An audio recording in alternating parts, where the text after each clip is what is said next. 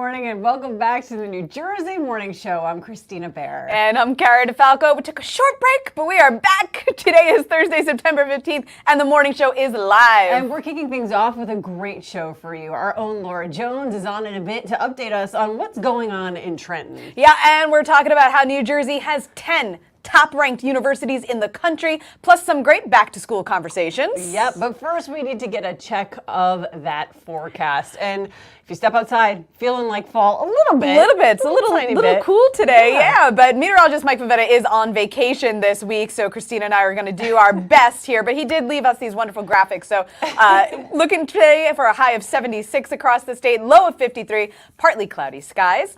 And I think it's going to continue that way throughout the weekend, throughout the week. Yeah. Looking at high of 70 in Sussex, Seabright 75, down to 73 in Atlantic City, 77 in Camden, so a little warmer in the western part of the state. Yeah, so if you are headed to the beach this weekend, it'll be a great beach weekend. It's just a little bit of clouds maybe on Sunday, but really not too big of a chance of rain, so that's some good news there. It's the shorts and a hoodie weather. Basic, yeah. I love it. It's the best kind. You can open the windows to sleep at night. So absolutely. Nice. Hey, speaking of heading to the shore or just heading around town, Don Smith is here with a look at that back-to-school traffic, and boy, Don, it has been busy on the roads.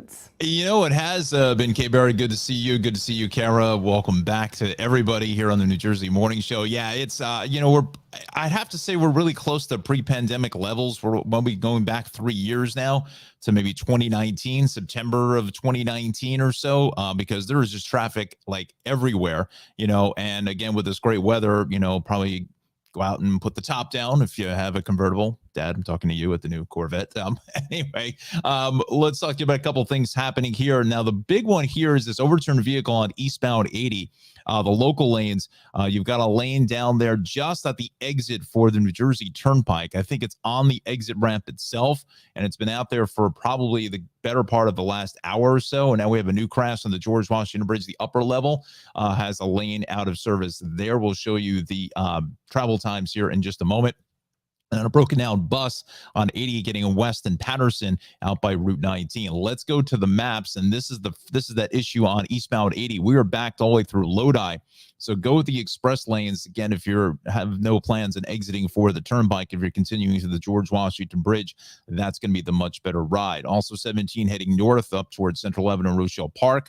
We've got some slow traffic there. Also the northbound Parkway is busy into exit 160 for Paramus Road. That's because southbound 208, eastbound Route 4 looks like a new crash here out by 17. We'll check for more specifics on that for our next report coming up in about 15 minutes or so. And then here's that road work again on 208. We took a month off or so to relax and enjoy our vacations, but they have not taken a vacation along 208 heading south on the Maple Avenue with construction. That's going to be tying things up. And then it looks like there's more delays on Route 208 getting out through Ewing Avenue out by Ramapo High School, and then continuing further south in towards Cedar Brook Road, I believe that's called. Yes. 287 is fine. 202 is looking good. Still a lot of congestion in this whole Parsippany area for you to watch out for along 80. Same thing on 287 now through Route 10 up to 80 itself. 280 is looking good. Parkway still seeing a lot of congestion here from Union straight up into Bloomfield. The Turnpike is still really busy coming out of Linden through Elizabeth on into Newark, and same thing here on 287 in Edison is fairly crowded as well. 287 both ways out through Piscataway is crowded. East on 78 is pretty busy here at 287 here this morning. Let's widen up the map and heading down the shore. Still so far so good on your Parkway. 195 is clear, 35 and 36. So everything is really playing nicely if you want to head out to the beaches here early this morning and start to work on that early morning 10. We go towards Route 9, Atlantic City, Somers Point, all the way down to Wildwood, exit 0 on the Parkway. We're still picking up a little bit of construction here east on the AC Expressway, east of the 42 interchange here this morning. So look for that. And then 55 and 42 and 295 is fairly busy. New Jersey Transit is still hanging strong for the most part. We got some delays here on that 8:31 arrival out into Bernardsville, up to 15 minutes late, but that's about it. And there's your Hudson River crossing, still well over an hour at the George, 45 at the Lincoln, and almost 25 at the Holland. So I think we're pretty much pretty busy here this morning. That's what's happening in the traffic center. Cara, Kristina, back to you. We're talking about back to school time, right? And a bill in the state assembly would mandate the instruction of September 11th in all New Jersey schools. Yeah, so the bill actually passed the state Senate unanimously back in March, but it's yet to be taken up for a vote in the assembly. And it looks like the bill is now gaining some more traction, with Assembly Speaker Craig Coughlin saying in a statement that it's currently being reviewed. Now, Coughlin emphasized the need to ensure that the history of 9/11 is taught to all New Jersey students. So with the attacks taking place 21 years ago now, no students currently in school have a memory of 9/11. It's so crazy which to is think. why, I mean, I was a senior in high school. I was in college. Yeah. And it's funny, my son came home on Monday with a couple of sheets. He's in third grade, just started, about September 11th. Wow. And I said to him, I was like, wow, so you learned about September 11th today. Had you heard about it before? Yeah. He's like, no. And it was talking about, how there were all the first responders and the all heroes. of that. So it was just so mind-blowing to me that this is a kid who, Right. I mean, he's 8, so obviously he Of was course, not alive. But right. there's so many Such kids. an impact on our lives. But I imagine, like, when that happened, I remember my parents looking at me and be like, this is what it felt like when JFK was shot. What? You Yeah, know what I mean? Like yeah. this life-altering, nation-altering event that they lived Right. through that we have no Recollection, of. yeah. It just didn't happen in our life. So I hope that curriculum does get passed for sure. I think it's just important. Yeah. It's Absolutely. important. Absolutely. Well, so listen, from the little ones to the big ones, New Jersey universities are among the best in the nation, and that is according to U.S. News and World Report, who ranked 10 New Jersey schools in the top 200 nationwide. It's no surprise, really. Princeton kept its spot, of course, as the #1 school in the nation. Rutgers was the second best, ranked 55th overall, your alma mater. That's it. Rutgers is now a top 20 public school, moving up from 23rd to 19th in that category. Also making the top 100 were Stevens Tech, who remained at 83rd, and NJIT, who moved into the top 100 at 97. Yeah, and rounding out the rankings were Rutgers Newark, Rutgers Camden, Seton Hall, Stockton, Montclair State, and Rowan University. No surprise there. I'm so excited. Like, to have all three of the Rutgers campuses on that list, I mean, that's something else. You know, sure. Rutgers, New Brunswick is one thing. It always gets the credits and the accolades and the attention. But to have the Camden, Newark and the Camden campuses as well. They're great schools. They really are. You know what? I went to a private high school, and I took a lot of side eyes at the time. It's like, oh, you're going to state school? Because a lot of these, I mean, everyone intelligent and brilliant in their own right, they went to Ivy Leagues, Right. they went, all these big name schools, and they were like, you're just going to stay here? And I was like, yeah. Yeah, it's a great school. It's a great school, and I absolutely got a world-class education, and I'm love it. happy to see it being recognized. Yeah, fabulous. Well, meantime, states around the country are dealing with a teacher shortage, and New Jersey, of course, is no exception. Yeah, so state officials are touting an alternate pathway to get more people to switch careers and enter the classroom. And joining us now to discuss this teacher shortage is Nicholas Fermoni, a high school teacher and activist with Get Your Teach On. It's an organization that looks to help teachers inspire their students. Good morning to you, Nick. Good to see you. Good morning, and I too, I'd like to also say New Jersey public schools, are we second or third in the nation ranked, our school system? And I went to Rutgers as well, but I have to say I got in there because of football. So that was my assistance in the Rutgers University. There you go. There you go. That's amazing. I mean, New Jersey doesn't get enough credit for sure. No, not at all. Never. But, we're talking about this teacher shortage that isn't just affecting us here in New Jersey, but basically nationwide. So from your point of view and your perspective, why is it that so many teachers are leaving the field these days? I always wanted to be a teacher. I loved history. Indiana Jones played a part in that. It was my dream job.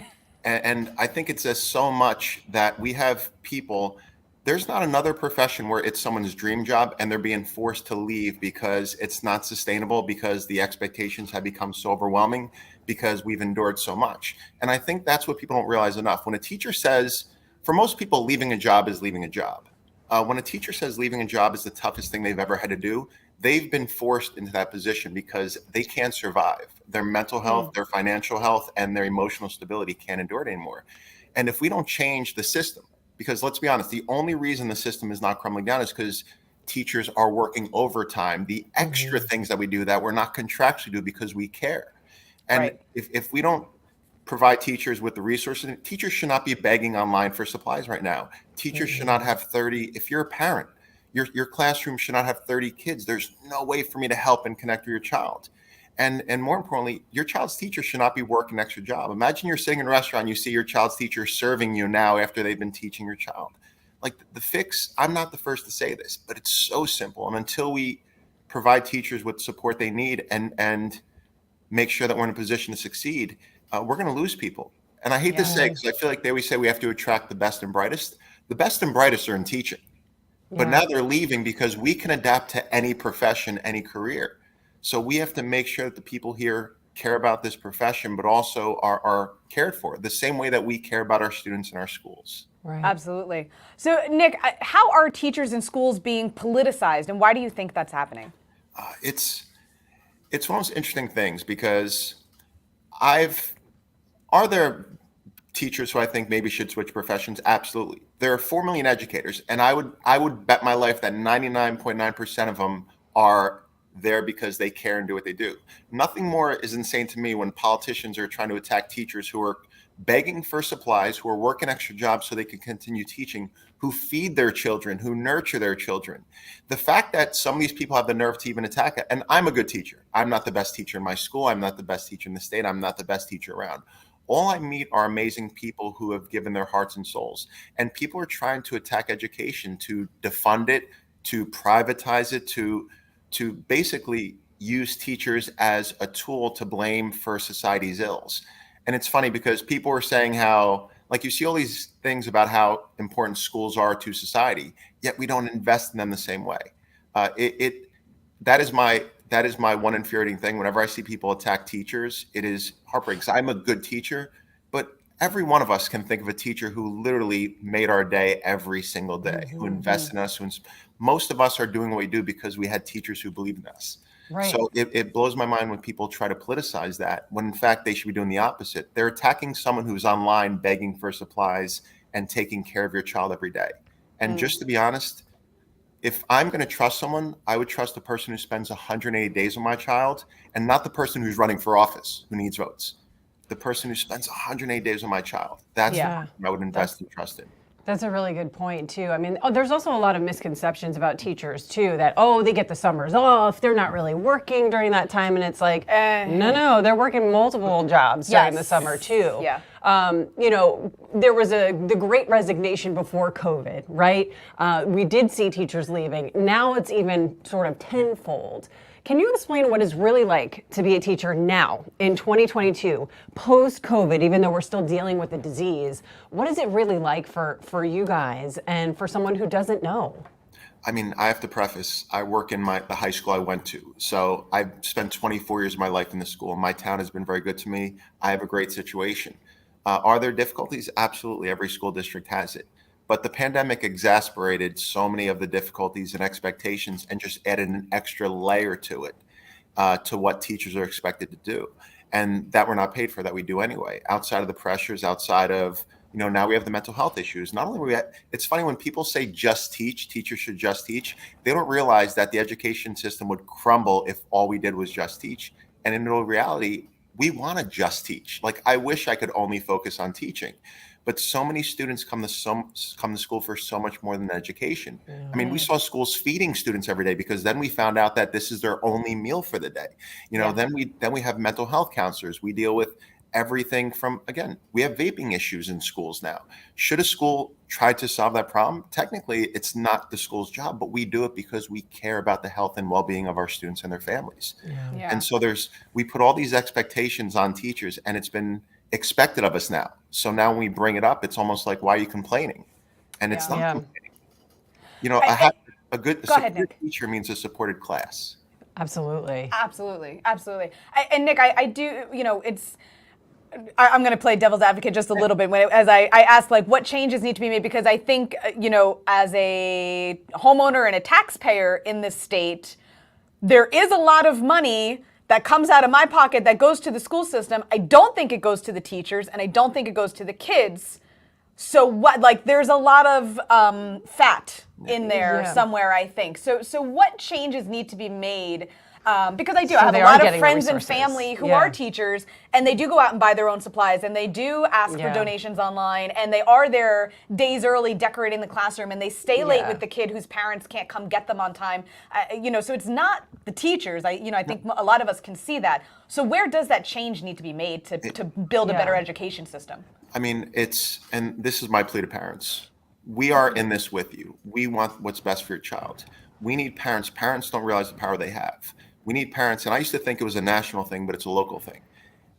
Parents, find out the size of your child's classes. Find out, if you find out that your child's teacher is crowdfunding for supplies, show up to the board meetings. If you find out that your child's teacher is forced to work an extra job and they can't even afford to live in the town they teach, be at the board meetings. We need your support now more than ever because teachers are struggling. And you want to make sure, again, the only thing worse than teachers leaving is your child not having a teacher or being combined. So the teachers who stay, now they're combining classes. So now instead of 30 students, it's 60 students. So now it only dilutes everything so much more. So my call of action is parents, we need you now more than ever, not only in New Jersey, but nationally. Show up to board meetings, talk to your child's teachers, talk to your child. Find out about what's happening in the school. Find out what you can do and speak out because you have so much more power than you imagine. And you're right. The money is not coming to the teachers. It's not coming to the resources. It's not coming to the students.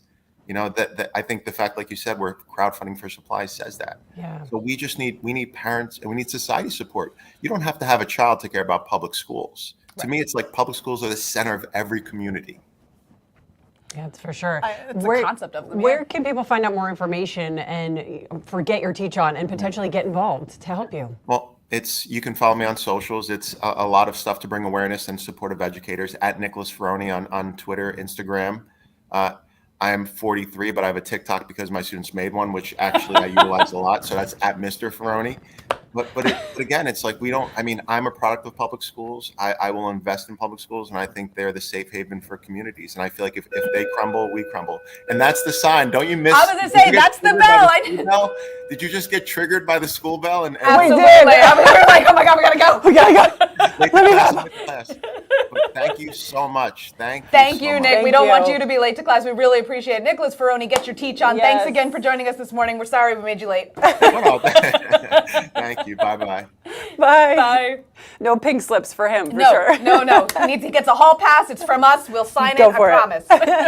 Love it. Well, up next, a state senator is calling for an investigation after a report surfaced that Rutgers spent almost $500,000 on DoorDash deliveries. Hear what action he wants to take. Oh boy. Don't forget, you can always join the conversation online. Head to Facebook, Instagram, or Twitter and follow at NJ Morning Show. Be sure to like, comment, and share. We want to hear from you. 2020 felt like a dark tunnel, and while 2020 is over, the impact is not. The pandemic affected both our physical and mental health. We started the Cody Fund for Mental Health to change lives, so we want you to know about NJ211. It's a referral service for anyone in crisis, even children. I am living proof that there's light at the end of the tunnel. And it's not a train, it's help. It's NJ211. Right now, New Jersey's youth are dealing with a lot. Growing up today, it's easy to feel overwhelmed, but you're not alone. If you're worried about someone, reach out and point them to help if they need it. The New Jersey Department of Children and Families offers support to children and youth in crisis. Help is available by phone or text whenever you need it. Be there for a friend, and know where to turn for help. Suicide should never be the answer. Growing up can be hard. Getting help shouldn't be.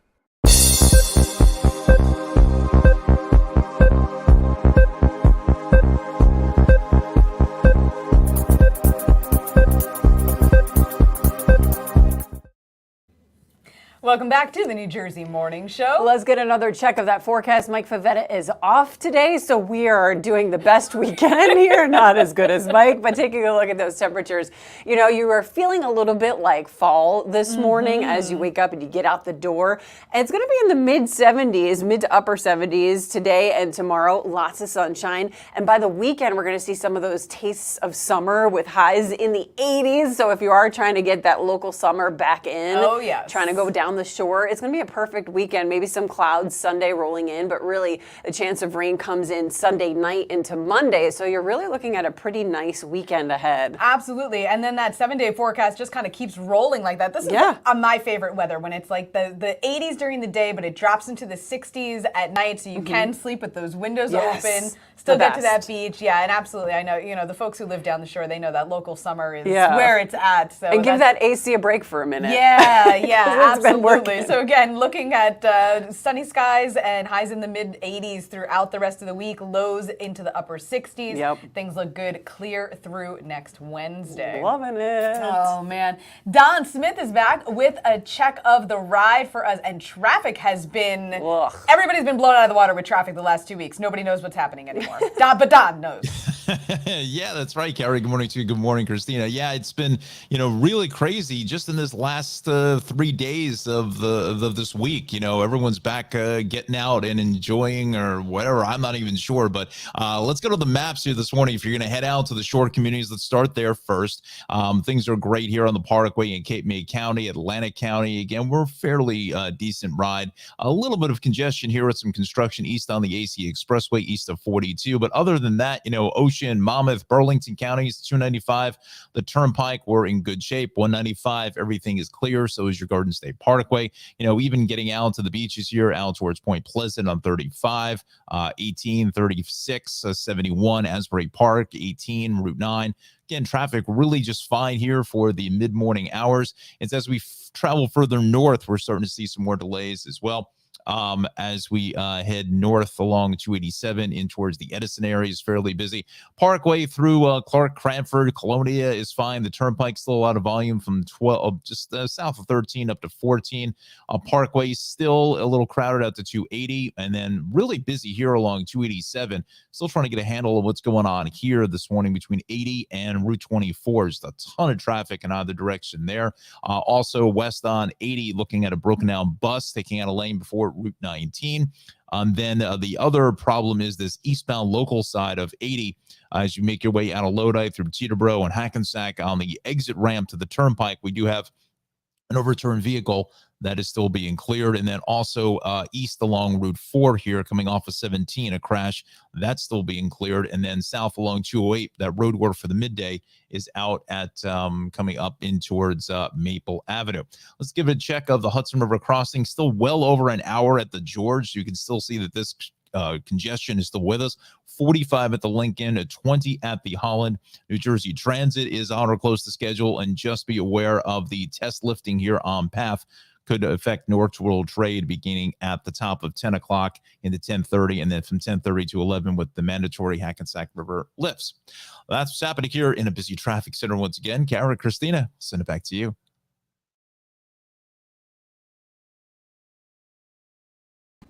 Oh, there we go. Thanks, Don. Thank you. Well, public employees will see their insurance rates go up about 20%. Yeah, the State Health Benefits Commission voted to raise rates yesterday, going through with the plan despite stiff resistance from unions. On Tuesday, union leaders from across New Jersey rallied in front of the State House in Trenton to oppose this move. Yeah, so there are members from at least 14 different unions participated in the rally, with buses bringing union members in from around the state. Yeah, there's a lot of people. Before the vote, the union leaders estimated the rate hikes will translate to a pay cut of between 0.5% and 1.5% for workers. And the other thing about this is, so, and again, this has been like an ongoing debate in this state for a very long time, because for a long time, if you were a public employee, you didn't pay anything into your benefits or your pension. Then they made them pay something. Now they're increasing the rates. But the balance of that rate increase comes out of the taxpayer's pocket. So we still pay a portion. We're still feeling it. Yeah, exactly. So it's like now you're just whacking everybody with this thing. So I'm a little, They kind of came to an agreement, but they're still paying. So that's the problem. Yeah. So we'll see more to come. Meantime, speaking of spending, we know about it. Makers are still reacting to the news that Rutgers football spent close to $450,000 on DoorDash orders and deliveries. $450,000. Yeah. That's crazy. That's impressive. That's impressive. What were they getting? Sushi? Definitely no. They're football players. Definitely not. One of them was State Senator Declan O'Scanlan, who called for an investigation into the program's spending policies in a recent interview with our own Laura Jones. Yeah, and joining us now to give us some insight on the story is Laura Jones, host of New Jersey Politics right here on New Jersey. Laura, thanks for coming on. This is such a crazy story. It is. And, Rutgers has been under a spotlight for financial use and mismanagement. They accumulated a $73 million deficit over the 2020-2021 school year. And Declan O'Scanlan, a Republican senator from Monmouth County, is calling for a closer look, for people to really take a look into what this bill is all about. I did talk to him recently on my show, New Jersey Politics with Laura Jones, and we have a soundbite. So let's go ahead and hear what he had to say. Yeah, we send a lot of taxpayer money to Rutgers, and I don't know if anybody's paying attention to where it's going. I am hopeful that the scandals that we've heard out of Rutgers regarding spending, particularly Rutgers athletics, over the past few months are not the tip of an iceberg. But we need to find out. $450,000 in a DoorDash bill for a little over a year, with many of the charges being for meals that shouldn't be charged, exotic meals, for things like CVS as well. It's outrageous. All right, so Rutgers did come back and they kind of broke it down, and they said it was from May 2020 to June 2021, there were 19,745 DoorDash orders, and they averaged $22.88 a pop. Now, I think it started out with very good intentions. Athletes were given $75 a week, and I think it broke down into 5 meals for $15. And most people did adhere to it, but there were some, really pricey bills, really pricey purchases made. Not everything was made for food. Some were making purchases at Bed Bath & Beyond. So Senator O'Scanlan and some other lawmakers, they want to take a look. Now, since then, Rutgers University has switched from DoorDash to Grubhub. But, on the lighter side of it, I thought some of the things that people in the Twitter universe were saying were kind of funny. What's really outrageous is only winning 10 games in 3 years. $450,000 is like 7 DoorDash orders. And Rutgers can give the football team $450,000 for DoorDash. My term bill better be really low. So, on the lighter side, there was, a little some reason to certainly react and have a little fun with it. Because half of the bill is fees and then a tip for the driver. So it will be interesting to see once they break it down. Yeah, but I think, I'm kind of interested, and we'll see what, I want to know what the senator is planning to do, but I just think, my mind, again, as an alum, it goes to the kids who are not football. Why do the football players get $75 a week? Right. What happened to the other 45,000 students that attend the university? Right. And then what about other it wasn't just football players. I think this was mainly football players. But this has been an ongoing issue at Rutgers. Since I was a student there, we're not going to say how many years ago, but since I was a student there, it has always been that the football team, for whatever reason, got some sort of preferential treatment, and they continue to do so. And even they didn't win a game while I was there in 4 years. Yeah, no, that's true. I mean, and you think about it too. Aren't these students getting meal plans at baseline for going to the school? So what's happening with that? And why are they getting these extra expenses added on in this preferential treatment, as you said? It doesn't seem fair. So, and that's what Senator O'Scanlan wants to look at. He wants to see, did they suspend their regular meal plan? Was it, maybe they allotted $500,000 for a meal plan and they didn't use that. But they don't know. And then, state legislature sent money to them, it's under $100 million, but to help fund an indoor training facility. Now, athletic departments, they do help schools attract other students. So I understand why a lot of times there's investment. Not everybody likes hearing about athletic departments getting the money. But, Garrett, to your point, there are a lot of students who weren't able to get meals, and this wasn't universal across the whole student population or to everybody living on campus. I don't think anybody is going to doubt that, hey, students, especially if you are, not local, you needed to be able to eat. People had to, figure out that they may not have been able to have workers to come in to make their regular cafeteria food. So nobody, and the senator isn't angry at the students, maybe a few students but, he wants to know who was paying and looking at the invoices, and why did it take the Bergen Record expose this? Why did this go on for 14 months? Yeah. Where was somebody looking at it? You know, as a parent now of the college. Where is the adultier adult in all of this? Yeah, where was somebody to say, hey, dude, you can't really $150 to a steakhouse? I don't think so. Right. $2 or what have you. Right. Are there other lawmakers calling for an investigation in addition to O'Scanlan or any sort of similar action to be taken? Yeah, there are a couple. Mainly Republicans are interested in bringing this because it is a state university. Therefore, that means state taxpayers. We are footing the bill for this. So there are a number of Republicans who are interested in bringing this to the forefront, but Democrats control the legislature. Democrats control the state house. So for them to be able to get a hearing into this, I don't know if that's going to happen. But they are trying to shed a light on to this because it is, after all, taxpayer dollars. Yeah. Yeah, and I think I was going to say, I know, how does this all kind of fit into the larger context of the state looking at Rutgers as an institution right now? Because this isn't their only kind of hiccup with money lately. And I don't know if is that a party issue, Laura, that the Democrats are kind of more willing to sign the check than the Republicans? Well, I think Republicans are very interested in the bigger picture of all of the COVID mandates that they have, from requiring students to get a vaccination, to saying how many people can attend a game, and all of those restrictions are obviously changing, but we don't know as the year goes on if mask mandates will come back. So I think Republicans in particular are saying, all right, we want to take a look at a lot of other issues, and so much of it does revolve around the athletic department, because the athletics, they need to be able to fill the stadium, and they weren't able to do that. And that's because the state had other mandates. And, Rutgers isn't the only one. All colleges were reduced to a smaller capacity, depending on what school you were at. So I think there's definitely a bigger picture at looking at how much money are we giving our state colleges, how are they spending it, and where's the accountability? Yeah. That's the bigger picture. That's really what it is. I was going to say, and I think the accountability is the biggest one. Laura Jones, New Jersey Politics, thank you so much for joining us this morning. Once again, NJ Politics can be found right here on New Jersey. All right. All right, guys, coming up, we are going to get you another look at your 7-day forecast. And we promise you're going to like it. And don't forget, you can catch all of your favorite segments online. Just head over to Facebook, Instagram, or Twitter. Follow at NJ Morning Show. We post clips with guests and all of our favorite moments.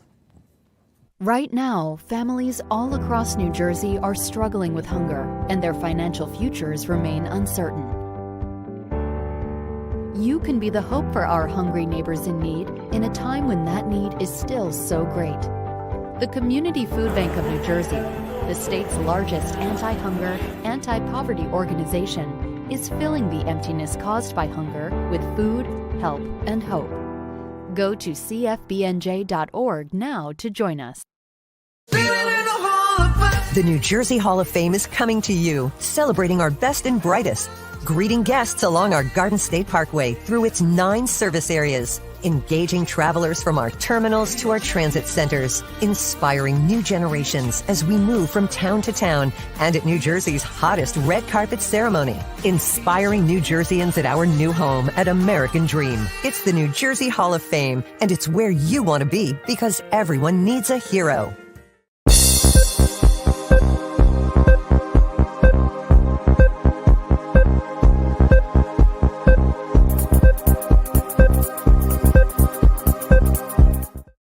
Welcome back to the New Jersey Morning Show, our first one back in a while. I know, right? All together in the same building. It's amazing. Yeah. It's been nice.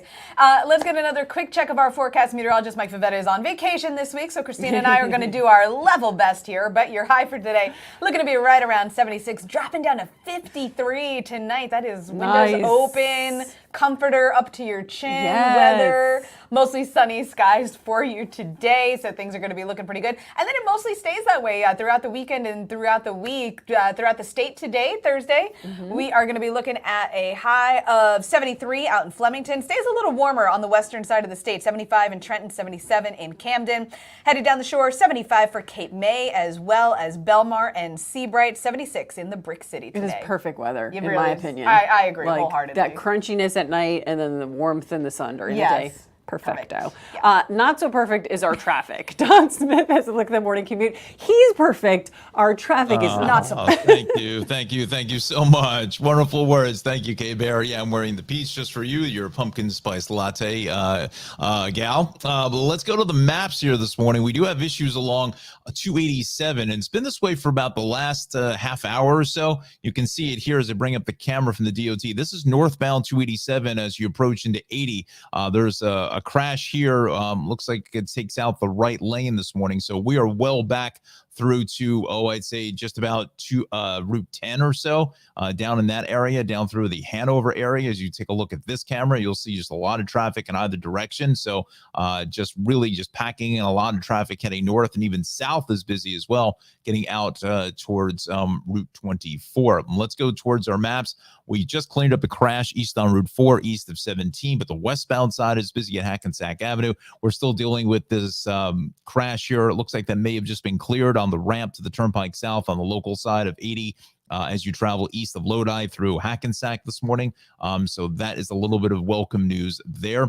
Also, 208 has the road work getting south at Maple Avenue to about 3 o'clock. Then westbound 80, we still have this broken down bus taking out the right lane just before Route 19. So watch for that this morning out through Madison Avenue. Other than that, Route 3 is fine. Parkway easing it up here through Bloomfield, but the Turnpike here in Newark, still a lot of congestion on the Bay Extension. 1 and 9 inbound Skyway is fairly busy. Turnpike still hasn't eased out delays in the morning rush from about 13 up to 14, but we're finally thinning it out on the Parkway through Union County. 287 a little busy in Edison. 78 is fine up and down the aisle here, and then we go over towards 78 both ways out through exits 7 through 11, doing that rock blasting again out there until just about 3 o'clock. And then 80 is fine getting through Warren County. Heading down the shore to take advantage of this great weather. Looks fantastic on the Parkway, 195. All the shore points are very, very quiet this morning.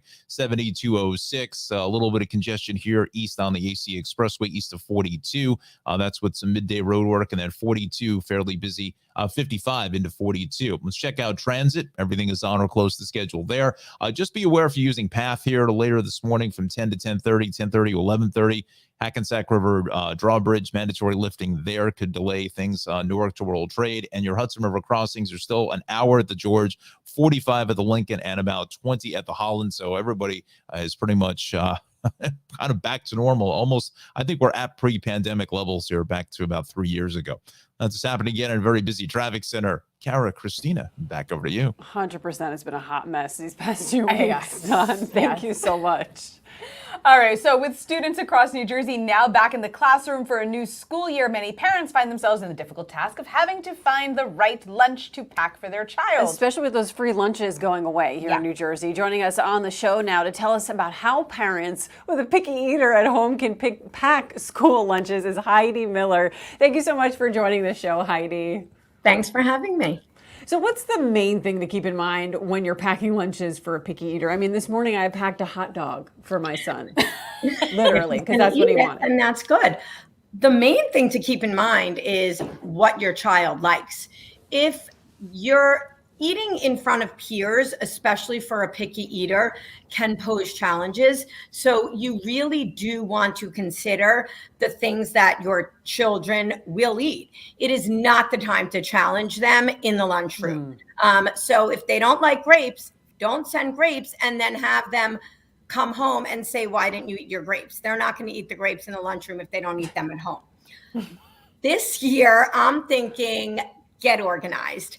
I like the idea on a Sunday during some downtime, take out a dry erase board, take out a piece of paper and fill out columns with them. Say, let's figure out 7 things that are sort of main lunch items, whether or not it's turkey roll-ups, peanut butter and jelly, a cheese sandwich, a yogurt, write those down. Figure out 7 things that fall into the fruit or vegetable category, apples, grapes, like a fruit cup, whatever it is that kind of falls into that category for you. and then figure out the junk that they like. And then what it is you can just mix and match because they've made these decisions. Right. Yeah, that's right. a good idea. Heidi, what other kind of, I guess, challenges do people like? I know you mentioned peanut butter and jelly sandwiches, and I know a lot of schools don't allow that anymore. That's literally all my son eats is peanut butter and jelly. I was going to say, so I mean, is it? And I'm an integrative nutrition health coach, and I know, I've always given the advice of, kind of take your kids with you to the grocery store and let them, similar to what you said, let them pick their menu. Let them pick, hey, pick take them to the produce section. Anything in here you want, go to town. That's what I was going to say next. Take them along to the market. Let them pick it out. And also, peers can be super motivating. What does your friend Tommy eat? What does your friend Emma eat? These things can be helpful. Back to that butter question, a lot of times there is an alternate butter that the kids can eat. And if you are stuck in that peanut butter and jelly like jag, change it up. Change the bread, change the butter, try an almond butter, try a peanut butter, try a different flavored jelly. Sometimes do it with crackers. Sometimes do it with, wheat bread. Sometimes. So if you're jagging it, then that's going to be helpful.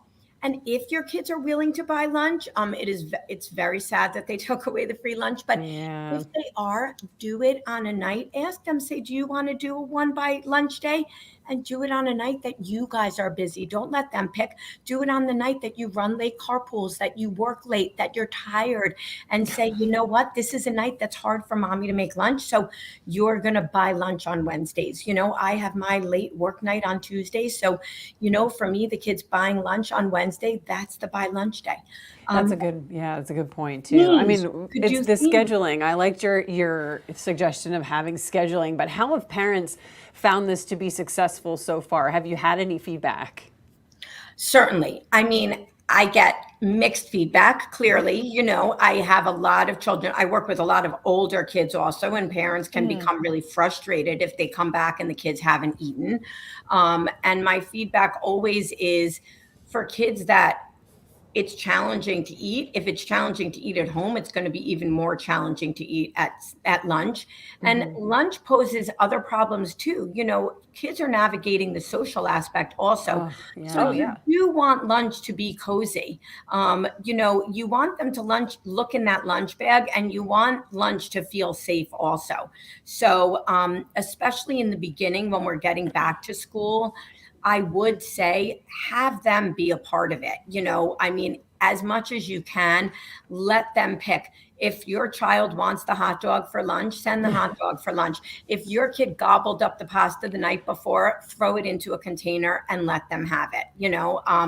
That's not a problem. Trying things like bigger and mini, they tend to do well with mini kinds of things, mini muffins, or doing like a smaller sandwich and then paired with the preferred pasta. Like I have a client now who's learning to eat a salami sandwich, but he's a little apprehensive. So I said, you know what, give them the canister of pasta and give him only 1/4 of the salami sandwich. So it's less intense for him.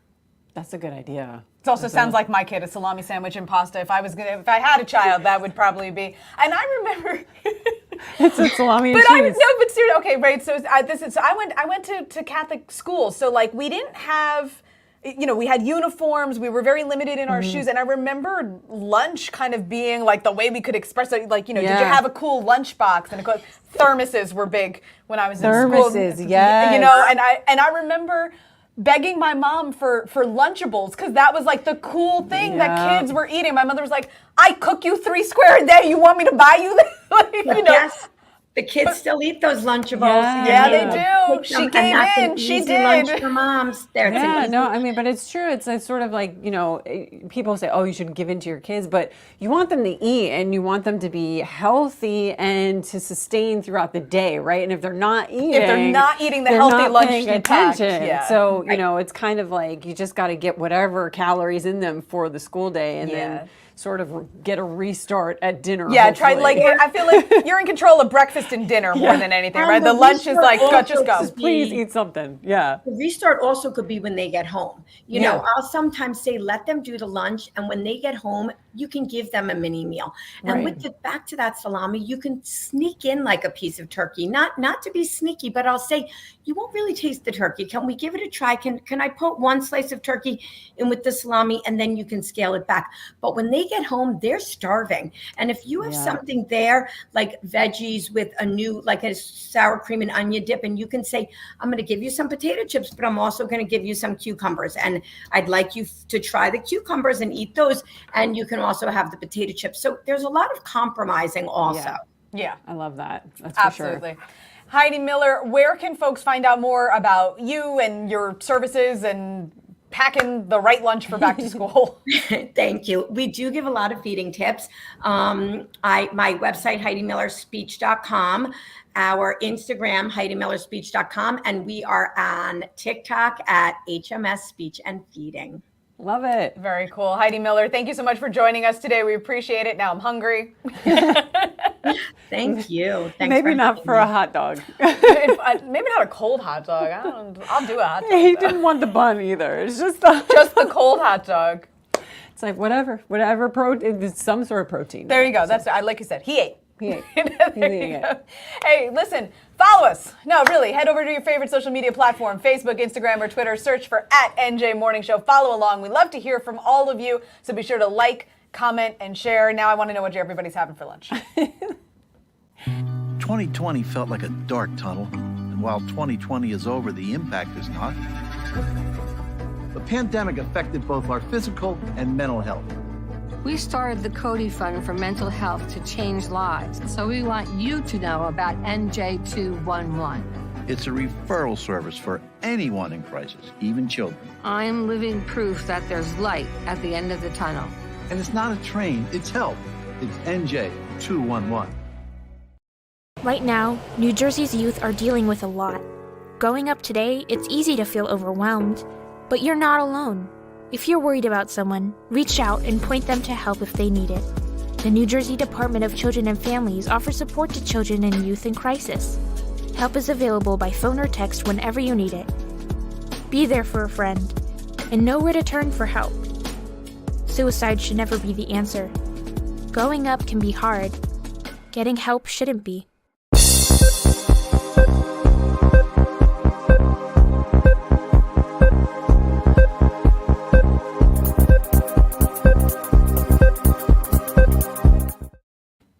Welcome back to the New Jersey Morning Show. We're taking one more look at that forecast for you. Meteorologist Mike Favetta is on vacation this week. We're trying our best. He's definitely going to message me later and bust our chops, but it's okay. We've got your 7-day forecast. So for today, high of 76, low of 53, lots of sunshine for you. Weekend looks good. We start to get up there again. We have that late running local summer next week. Love it. It's beautiful. Not so beautiful. Don Smith has a final look at the roadways, and they are not looking good at all. Don? Yeah, that's right, Kristina, and good morning, Kara. Yeah, there's a lot of people out here for the midday for some reason, maybe just enjoying this wonderful weather. Let's go to the maps, and we're still dealing with this broken down bus in Patterson on Route 80. This is traveling westbound this morning as you come in towards about Route 19. Let me show you the camera here. It's been out there for, I'd say, the better part of the last hour or so, and you do see it here closing up the right lane. So DOT is on scene with their emergency services response team. So again, it's just a brief delay coming back in towards Madison Avenue, as we'll show you the camera here at 58. But, maybe about 2 or 3 minutes, but really that is going to be about it. Other than that, we've got this broken down vehicle entering the turnpike of 13A, but again, it's slowly easing out. Even here in South Jersey and Deptford, still 55, fairly crowded at 42. AC Expressway east of the 42 interchange dealing with some midday road work, but the Delaware Memorial Bridge, that is fine. Route 40 here in the southeastern section of the state, 347. Down into Cape May County, getting out and enjoying this great weather. Atlantic City, Long Beach Island, again, local summer there has begun, and it's just beautiful out here this morning. Point Pleasant Beach, probably just gorgeous sitting out on the beach today. Maybe it's a little bit crisp for right now, but maybe later this afternoon we'll be fine. Red Bank, Middletown, 9, Parkway is good past the Art Center, Route 1. The Turnpike, again, all is clear here. Even in central Jersey, we're doing just fine. It's here up towards the Newark area, north on the Turnpike, 13 up to 14. Still very crowded. 280 across the Stickle Drawbridge is busy. And then south here along 287, we're picking up some, I think this may be some road work here, getting south out to exit 33. In Harding Township, so look for that. And then both ways of, or south along 287, I should say, from 80 down into Route 24 is really crowded. I think there's some construction going on to the eastbound side of 24. Other than that, 80 is fine, even as we widen up. Actually, I want to show you 78. That's the other spot, too. Both ways out between exit 7 and 11 through Jugtown Mountain, doing that rock blasting yet again here this afternoon. So be mindful of that. And then we also have some more road work along 208 at Maple Avenue. Parkway beating to still pretty tight ride here, getting out through Bloomfield. Well, let's go to the Hudson River crossings. You can see we're down to about 40 average here at the George, about 45 still at the Lincoln. That's been really bad all morning long. And New Jersey Transit's on or close to schedule. And just an alert for PATH coming up in 10 minutes here.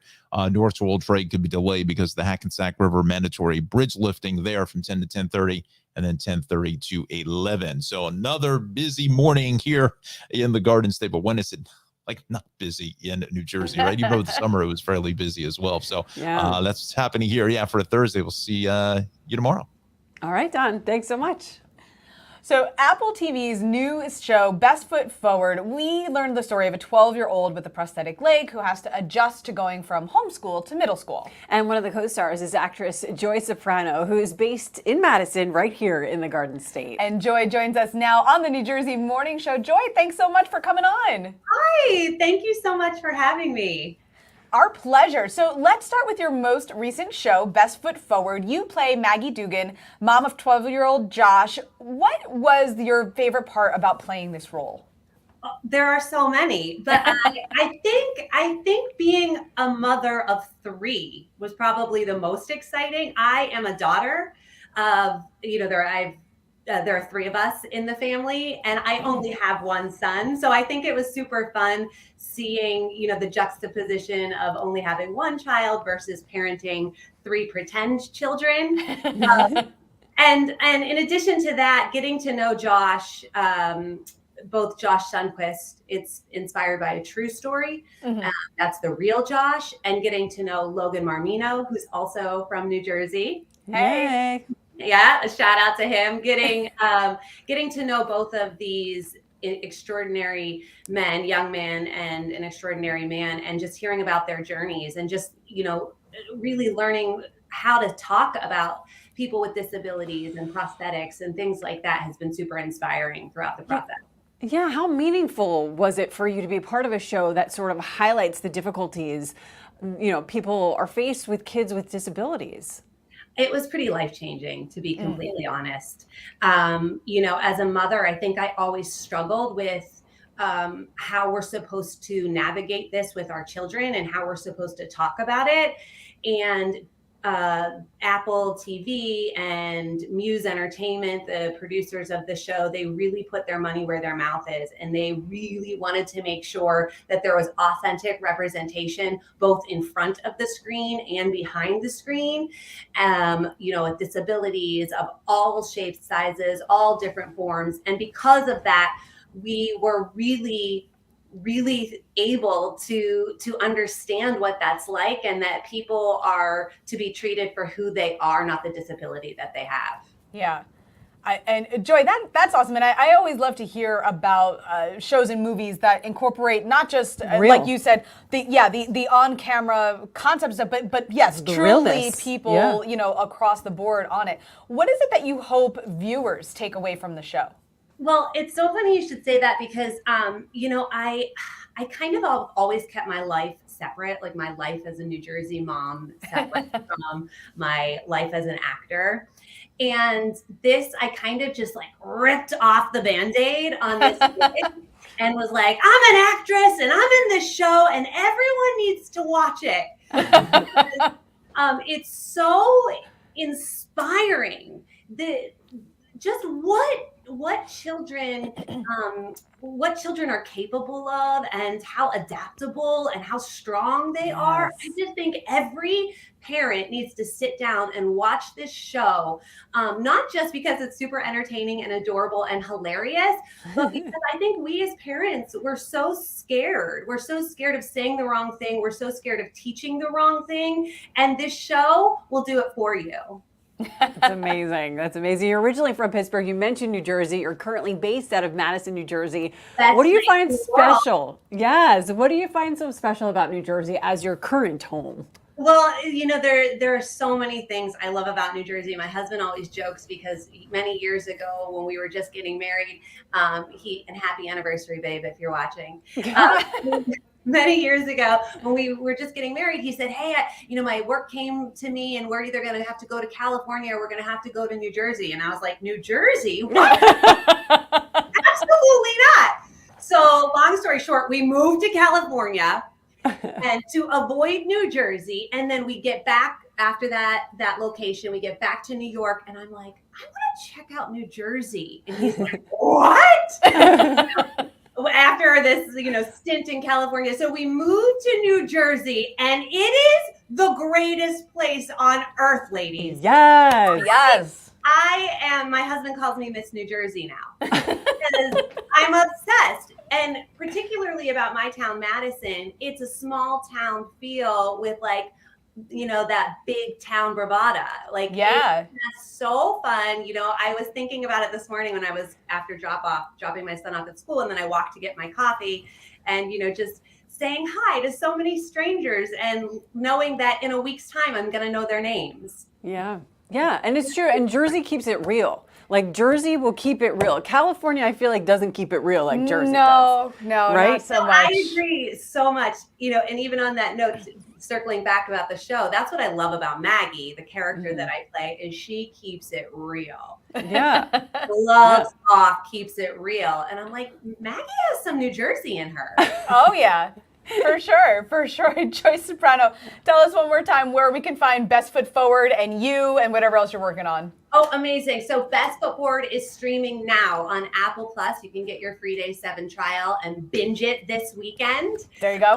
It is a great show and I really highly recommend it for everyone. It is so much fun. It's uplifting and it's motivational.